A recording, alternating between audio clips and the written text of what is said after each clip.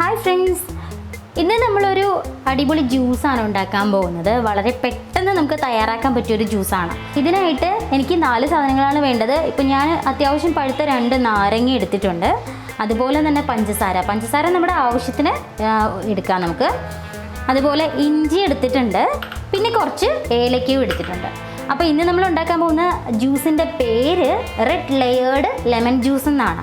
ഈ 4 സാധനങ്ങളും ഫസ്റ്റ് ഞാൻ ഇതിൽ 3 എണ്ണം ഒന്ന് നന്നായിട്ട് മിക്സിയിൽ ബ്ലെൻഡ് ചെയ്യാൻ പോവുകയാണ്. ആവശ്യത്തിന് പഞ്ചസാരയും അതുപോലെ തന്നെ ഏലക്കയും ഇഞ്ചിയും ഇത് 3 നമുക്ക് നന്നായിട്ടൊന്ന് പൊടിച്ചെടുക്കാം. അപ്പോൾ നമ്മുടെ പഞ്ചസാരയും ഏലക്കയും ഇഞ്ചിയും ഒക്കെ ആയിട്ട് നന്നായിട്ട് പൊടിഞ്ഞിട്ടുണ്ട്.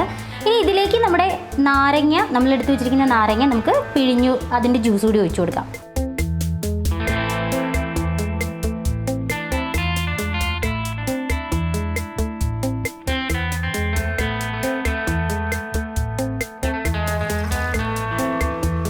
ഇനി നമുക്ക് ആവശ്യത്തിന് വെള്ളം ഒഴിച്ചു കൊടുക്കാം. ഇനി നമുക്ക് നന്നായിട്ട് മിക്സിയിലൊന്ന് അടിച്ചെടുക്കാം. നമ്മുടെ മിക്സ് നന്നായിട്ട് പതഞ്ഞ് വന്നിട്ടുണ്ട്. ഇനി നമുക്കിതൊന്ന് നന്നായിട്ട് അരിച്ച് ഒരു കപ്പിലേക്ക് മാറ്റാം.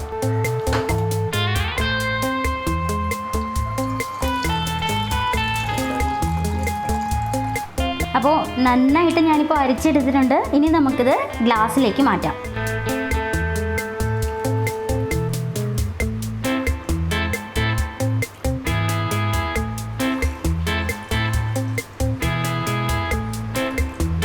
അപ്പോൾ ഒരു ട്രേയിൽ ഞാനിപ്പോൾ ചുമന്ന ഐസ് ക്യൂബ്സ് ആണ് ഈ എടുത്തിരിക്കുന്നത്.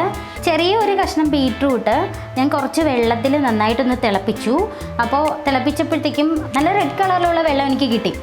അതൊന്ന് ചൂടാറിയ ശേഷം ഞാൻ ഈ ഒരു ഐസ് ട്രേയിൽ ഒഴിച്ചു വെച്ച് നന്നായിട്ട് ഫ്രീസ് ചെയ്തെടുത്ത ഐസ് ക്യൂബ്സ് ആണിത്. അപ്പോൾ ഈ ഐസ് ക്യൂബ്സ് ആണ് നമ്മൾ നമ്മുടെ ജ്യൂസിൻ്റെ മുകളിൽ ഇട്ട് കൊടുക്കാൻ പോകുന്നത്.